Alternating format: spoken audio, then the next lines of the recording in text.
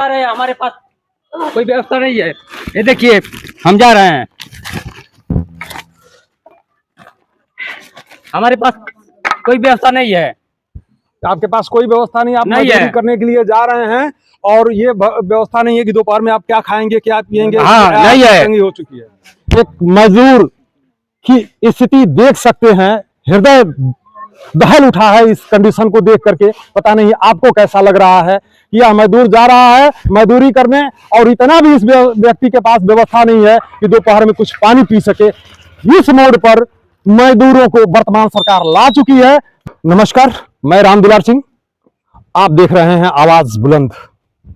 हम उत्तर प्रदेश के देवरिया संसदीय क्षेत्र में उपस्थित हैं और यहाँ कुछ लोग इकट्ठे हुए हैं। इन लोगों से जानते हैं कि 2024 के चुनाव में इन लोगों की क्या सोच है और क्या मुद्दा है, किस मुद्दे पर ये लोग वोट करना चाह रहे हैं, वर्तमान सरकार के बारे में इनकी सोच क्या बन रही है।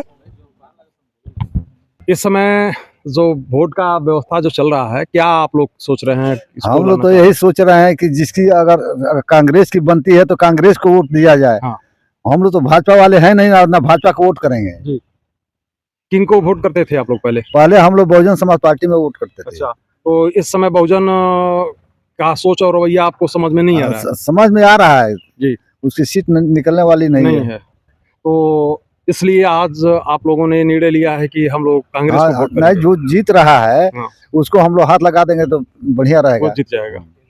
तो क्या मोदी जी को आप लोग क्यों वोट नहीं देना चाह रहे? इसलिए नहीं देना चाह रहे हैं कि हमारे के जितनी जमीन मिली थी पट्टा वाली, हाँ। ये शाही जी मिल करके और सब कैंसिल करा दी। अच्छा, आप लोगों के पट्टा कैंसिल हो गया? हाँ, कैंसिल हो गया है बीजेपी के समय में? हाँ, बीजेपी के समय। अभी 2-3 महीने, जबकि कांग्रेस जिस समय आई थी पट्टा का व्यवस्था तो कांग्रेस नहीं लाया था। कहा कांग्रेस ने ला था। तो इस तरह से देखा जाए तो कांग्रेस आम जन के हित में काम कर रही थी। वो तो हित जो गरीब मजदूर वर्ग के लोग थे, जो भूमिहीन वर्ग के लोग थे, उनके पक्ष में काम किया। 1983 का पट्टा है। पट्टा खारिज नहीं होना चाहिए था, लेकिन शाही से कह करके हमारे यहाँ के जो बड़े आदमी हैं तो ये कितने लोगों का पट्टा खारिज हुआ है? अरे 60 आदमी का पट्टा खारिज हुआ। 60 आदमी का पट्टा खारिज हो गया। हाँ। अच्छा, बीजेपी के समय में पट्टा कितने लोगों को आवंटित हुआ है? कुछ लोगों को आवंटित हुआ है? 63-64 आदमी का था। ये बात नहीं कर रहे हैं जैसे नहीं हुआ पट्टा आवंटित किसी का भी नहीं हुआ है। पिछले 10 वर्षों में जब बीजेपी का कार्यकाल रहा है उसमें किसी को पट्टा नहीं मिला है। जबकि पट्टा जो मिला था वो भी खारिज हो गया, वो वन विभाग को दे दिया गया है। तो इसका मतलब तो ये ऐसा नहीं लग रहा है कि बीजेपी आम जन के विरोध में काम कर रही है? एकदम विरोध में काम कर रही है, आम जनता के विरोध में चलिए। अब मान लीजिए कांग्रेस है, अपना किसान को ही ले लीजिए, हर विभाग में जीएसटी लग रहा है, सबका रेट बढ़ रहा है, लेकिन किसानों का गेहूं और चावल का कहाँ रेट बढ़ रहा है? घटता जा रहा है। बीजेपी सरकार में यही रहा, पेट्रोल का दाम बढ़ा, थोड़ा विवाद हुआ, कम किए।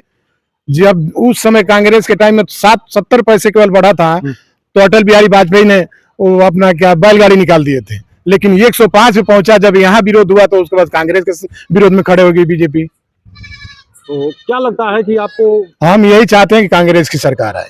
कांग्रेस के? हाँ, हम कांग्रेस की सरकार से सहमत है। कांग्रेस, आपको क्या लगता है क्या क्या देने का वादा किया है कांग्रेस ने जो आम जन के हित में? ये लेबर के 400 रुपए जो है, और महिलाओं के लिए 1 लाख सालाना जो दे रही है, ये सब बहुत कुछ। और अपना क्या कहते हैं, बहुत कुछ जो है कि ऐलान की है।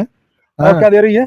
नौकरी भी दे रहा है सरकार। हाँ, 30 लाख नौकरी भी। कांग्रेस सरकार 30 लाख नौकरी देने का वादा किया है युवाओं को। तो कांग्रेस के वादा पे भरोसा है आपको? भरोसा 100% भरोसा है। क्यों? क्योंकि पहले भी कांग्रेस का सरकार था और पहले भी लोग नौकरी करते थे, ऐसा नहीं था। लेकिन आज के डेट में सरकारी नौकरी कांग्रेस देती थी।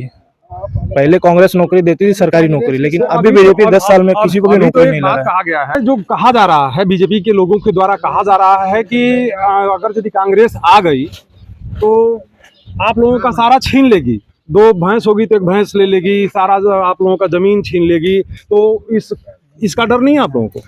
नहीं, इसका डर नहीं है, क्योंकि छीनने वाली तो बीजेपी है। बीजेपी छीनने वाली है? बीजेपी छीनने वाली है। और अपना कांग्रेस जो है ना, बेहतरीन पार्टी है, आने वाला भी समय में भी अच्छी काम करेगी कांग्रेस। अच्छा, तो ऐसा कैसा लगता है कि वो आएगी तो नहीं छीन लेगी? क्यों? कौन? कांग्रेस आएगी तो आप छीन नहीं लेगी? पहले पिछले 50-65 साल में कांग्रेस ने जितनी नौकरी दी है उसके मुकाबले बीजेपी सरकार ने 1% भी नौकरी किसी को नहीं दिया। हालांकि जिसका था उसका भी कम कर दिया है, 5 साल कर दिया है, 4 साल कर दिया। अभी नया अग्निवीर आप देखे ही हैं, उसमें भी नौकरी कहाँ है, लोग पहले 25 साल 30 साल करते थे नौकरी, अभी 5 साल कर दिया उसको, तो कहाँ से ये लोग करेगा रोजगार। तो या मैंने ये आपका कहना है कि जो उसके कांग्रेस के बारे में बीजेपी का कहना है वो टोटली गलत है, निराधार है। एकदम गलत है। आप कुछ कह रहे थे? मैं यही कह रहा था कि कांग्रेस की सरकार के टाइम पे जब लोन जो लोग ले रखे थे कर्जा, बैंकों पे नहीं जाना पड़ता था, घर बैठे सब माफ हो जाता था। लेकिन बीजेपी की सरकार में जब आई तो उस समय ऐलान किया कि सबका कर्जा माफ कर देंगे। अब माफ किया, ऐसा नहीं कि नहीं माफ किया, लेकिन बैंकों पे जाना पड़ा, 10% वैसे छोड़ दिए, जो ब्याज था ब्याज माफ किए, मूलधन वही रह गया, और फिर उसको हम दोबारा उसको भरना पड़ा हम लोगों को, बीजेपी की सरकार ने। यानी बीजेपी जो वादा की थी वो गलत थी। ये गलत की, गलत था। हाँ, एकदम गलत है। वो कर्ज माफी के नाम पर जो है वोट उन्होंने लिया, लेकिन कर्ज माफ नहीं किया। हाँ। कुछ लोगों को, कम से कम लोगों को जो है ये ब्याज का लाभ मिला, कर्ज माफ नहीं हुआ। कर्ज माफ नहीं हुआ।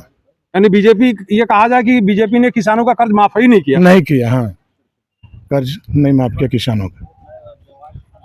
जो नोटबंदी हुआ उसमें सब तो गरीब ही मारे गए। बीजेपी के राज में लाइन लगी हुई थी, उस समय किसी को पैसा नहीं था, नमक नहीं था खाने के लिए। बीजेपी तो बहुत अत्याचार कर रखी है, गरीबों पे अत्याचार कर रही है अभी ये भी कर रही है। तो किसको लाना चाहेंगे आप? हम कांग्रेस को लाएंगे। कांग्रेस वाले भी थी, सब कोई कुशल था, सब खुशहाल थे, सब खुशहाल थे। अब हर एक आदमी दुखी है। तो ये राशन दे रहे हैं ना आप? हाँ, राशन, हाँ ठीक है, राशन दे रहे। तो पहले तो कांग्रेस ही ने राशन दिया था, यानी ये बीजेपी का? बीजेपी कुछ नहीं दिया है। ये राशन बीजेपी का नहीं है? नहीं है, बीजेपी का, कांग्रेस का है। जो भी किया है कांग्रेस ही किया है। यानी आपका कहना है कि आम जनता के लिए अगर हित में काम कोई किया है तो वो कांग्रेस ही किया है, बीजेपी कुछ नहीं की है। बीजेपी कुछ नहीं की है। बीजेपी केवल लूट रही है, गरीबों करे, गरीबी दूर करें, गरीबों को मार रही है बीजेपी। ये महाराज मान लीजिए कि अभी उन्होंने अयोध्या में मंदिर बनवा दिया, काशी में बनवा रहे हैं, मथुरा में बनवाने को कह रहे हैं, तो इसमें आप हिंदू नहीं है का? हिंदू है तो हिंदू को जाने देगी तभी ना जाएगा कोई हिंदू मंदिर में कोई जाने देगा तभी वो कहेगी कि अगर छोट वर्ग जा रहा है तो उसको धुलवा, जमीन पर खड़ा होता है तो कहती है बीजेपी की इसको धुलवा दो, उसके बाद से कोई जाएगा। तो रह कहाँ गया? देखिए, जितने भी सरकार इसके पहले आई है, कांग्रेस की सरकार में ये तमाम यहाँ 200 एकड़ से ज्यादा जमीन हम सभी गरीबों को मिला था, पट्टे की जमीन। जो बीजेपी सरकार में आते आते कुछ दबंग लोगों ने अपनी चुगलबंदी से यहाँ के भूमाफिया लोग इस जमीन को ले लिए गरीबों के हाथ से। सबसे बड़ा तो उत्पीड़न ये है। और दूसरी, बीजेपी के जमाने में कमजोर लोगों का उत्पीड़न दबंग लोग कर रहे हैं, बिल्कुल कर रहे हैं। और यहाँ तक तो ये बात ये आ रही है कि गुंडा मुक्त हो गया है भारत। ऐसा कुछ नहीं, अभी भी गुंडा मुक्त नहीं हुआ, अभी भी जहाँ जैसा तहाँ तैसा अभी चल रहा है। और दूसरी बात, जो लॉकडाउन में, एक बात मैं फिर अभी स्पष्ट करना चाहूंगा कि क्या 200 से ज्यादा लोगों का पट्टा जो हुआ था कांग्रेस के जमाने में, जी, उसको जो है दबंगों को दे दिया गया? जी, एकदम बीजेपी के जमाने में, बीजेपी के जमाने में दे दिया गया। 200 एकड़ से ज्यादा यहाँ पट्टे की जमीन है, यहाँ सभी लोगों के पास पट्टा है। अब बताया जा रहा है उसको खारिज हो गया है, अब आप लोग यहाँ से हट जाइए। अब सभी लोग हट गए, 2-3 महीना हुआ, सभी लोग को हटा दिया गया है। और पहली बात, और फिर जब लॉकडाउन में जो हम लोग के घर के बाहर रहने वाले लड़के, जो परिवार के लोग जो दुर्दशा झेले हैं, वो दुर्दशा शायद जीवन में किसी को न मिले झेलने के लिए। ऐसा नहीं करना चाहिए सरकार को, जो फिर तमाम छोटे छोटे कंपनियों को, तमाम छोटे छोटे व्यवस्थाओं को बंद कर दिया सरकार ने। सबसे ज्यादा हानि तो इस मजदूरों को हो रहा है सरकार में। कहाँ किस प्रकार का मजदूरी मिल रहा है? हम नमक खा रहे हैं, उसमें भी जीएसटी है, और जीएसटी लगाना चाहिए। जो बड़े पूंजीपति हो, जिनके कार्य में आने वाले सामान पे जीएसटी लगाना चाहिए। अब नमक पे भी जीएसटी है, सब चीज पे। तो कहाँ सस्ता है, कहाँ गरीबों का सरकार है ये? आम मजदूरों के वहां से जो है ये जीएसटी के रूप में टैक्स ले रहे हैं। जी, जो टैक्स देने की कंडीशन में नहीं है, आपका कहना यह है कि जो टैक्स देने की कंडीशन में नहीं है उससे भी ये टैक्स ले रहे हैं। और 5 किलो राशन, ये तो खैर तो बताया जा रहा है 5 किलो राशन, अब हम ही से टैक्स, हम ही से कमीशन लेकर हमारा ही पैसा हमको वापस कर रही है। तो कौन सा सरकार हमारे ऊपर वो कर रही है, व्यवहार कर रही है? कहाँ हमको छूट दे रही है 5 किलो राशन? 5 किलो राशन दे करके और 10 किलो राशन के दाम वो सभी इन चीजों में ले रही है सरकार। तो कहाँ नियायत कर रही है गरीबों पे? कुल मिलाकर के ये राशन भी जो है छलावा है, दिखावा है, बस दिखावा है, शोषण करने का जो है एक तरीका है, बस माध्यम है कि हाँ ये फ्री मिल रहा है, वो फ्री मिल रहा है। अभी जाएंगे जब कोई भी सामान लेने तब पता लगेगा कि हमको कि भाई इतना मिलता था, इतना मिल रहा है। अभी कांग्रेस की सरकार, इन्हीं की सरकार में 400 कुछ रुपए का सिलेंडर था, अभी 1100-1200 सिलेंडर का लग रहा है। तो किधर गया गरीब? किस तरह से जिएगा गरीब? आम आदमी को देखिए, सम्मान पूर्वक जो खाद्य पदार्थ है उसका, उस पर तो जीएसटी लगना ही नहीं चाहिए, क्योंकि भाई उसमें हर गरीब का भी बच्चा खाता है, अमीर का भी बच्चा खाता है। खाद्य सामान पे तो जीएसटी बिल्कुल होना ही नहीं चाहिए। तो आप लोग जो पहले मायावती को वोट देते थे, जी इस समय कांग्रेस को वोट दे रहे हैं, जी तो क्या इस समय जो जनता है जो मायावती के साथ वोट कर रही थी, जी जी, तो उनको क्या कहना चाहेंगे आप? अब उनको कहना चाहेंगे कि भाई, अब जैसे कहना तो चाहेंगे लेकिन अब दबाव तो किसी पे हम दे नहीं सकते हैं। नहीं, अपना विचार तो रखा जा सकता है। हाँ, अपना विचार तो रखा जा सकता है कि अगर जहाँ हम तो भाई जहाँ अगर बीएसपी कमजोर है वहाँ आप लोग से कहेंगे कि कांग्रेस का खुल कर समर्थन करिए। बीएसपी जहाँ ठीक ठाक है वहाँ बीएसपी का मदद करिए, क्योंकि इसके पहले 4 बार मुख्यमंत्री बनी मायावती के शासनकाल में अधिकारी 9 बजने से 5 मिनट पहले अपने चेयर पे बैठ जाते थे। कोई भी गलत करने से पहले 100 बार सोचता था कि कोई मुखिया बैठा है इस प्रदेश में।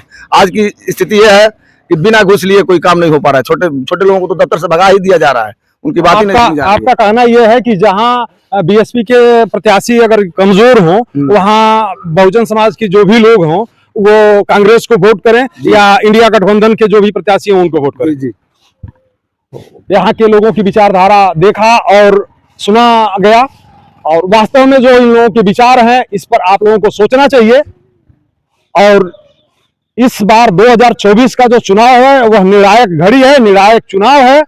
आपको अपने अधिकार को बचाना है, आपको अपने बच्चों के भविष्य को बचाना है अगर, तो सोच समझ करके वोट करें और जो भी आपके लिए भविष्य के लिए अच्छी पार्टी हो उसके उम्मीदवार को जिताने का काम करें। और देखिए हमारे गांव की स्थिति ये थी, बाढ़ आई थी तो पूरा ये बंधा कट गया था, यहाँ कोई नेता नहीं खड़ा हो रहा था। और रियल बात तो यह है कि जो नेता कार्य करने की उद्देश्य से लेकर के आता है अपने समाज में, तो उसको लोग आगे बढ़ने नहीं देते हैं। जैसे मेरे ही गांव के शिवाजी राय तमाम आंदोलन किए। ये गोरिया घाट का पुल अगर कहीं हम लोग पार कर रहे हैं तो उसमें टोटल श्रेय जाता है शिवाजी राय का। और यहाँ पत्थर गिराने का भी कार्य जो है कि नेताजी ने बहुत मेहनत किया, लेकिन नेताजी को लोग समर्थन में नहीं खड़ा होते हैं, क्योंकि नेताजी गरीब है इसलिए इनका सहयोग नहीं करते हैं। शिवाजी के साथ हम लोग जेल गए थे। किस मामले में जेल गए थे? विकास के मामले में। मेरा नाम तीर्थराज प्रसाद, महुआ खुर्द। 45 लोग हम लोग जेल गए थे। किस काम के लिए? गोरिया घाट के पुल के लिए। तो किनके नेतृत्व में आप लोग लड़ रहे थे? शिवाजी राय के नेतृत्व में आप लोग लड़ रहे थे। हम लोग उस पुल को बनवाने में आप लोग हुए? एकदम हुए। ये लोग कितने क्रांतिकारी विचारधारा के लोग हैं और समाज के लिए कितने उन्मुख हैं ये समझा जा सकता है, जाना जा सकता है।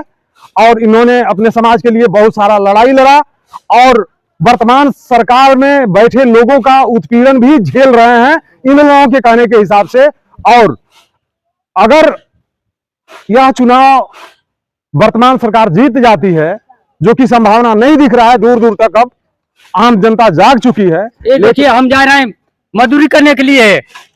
हमारे आइए इधर देखिए, ले हमारे पास कोई व्यवस्था नहीं है। ये देखिए हम जा रहे हैं,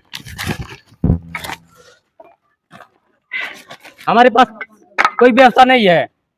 आपके पास कोई व्यवस्था नहीं, आप नहीं मजदूरी है। करने के लिए जा रहे हैं और ये व्यवस्था नहीं है कि दोपहर में आप क्या खाएंगे क्या पिएंगे। हाँ, नहीं है। तंगी हो चुकी है। एक मजदूर की स्थिति देख सकते हैं, हृदय दहल उठा है इस कंडीशन को देख करके। पता नहीं आपको कैसा लग रहा है कि यह मजदूर जा रहा है मजदूरी करने और इतना भी इस व्यक्ति के पास व्यवस्था नहीं है कि दोपहर में कुछ पानी पी सके।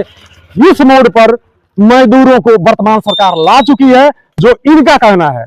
और अब आपको सोचना है कि अगर इस सरकार को फिर 5 साल का मौका मिला तो ये आप लोगों को, मजदूरों को, बैकवर्डों को, दलितों को किस मोड़ पर लाके छोड़ेगी, आपको सोचना है। और ये सोचते हुए समझते हुए आपको वोट करना है। नमस्कार, जय हिंद, जय भारत, जय जवान, जय किसान।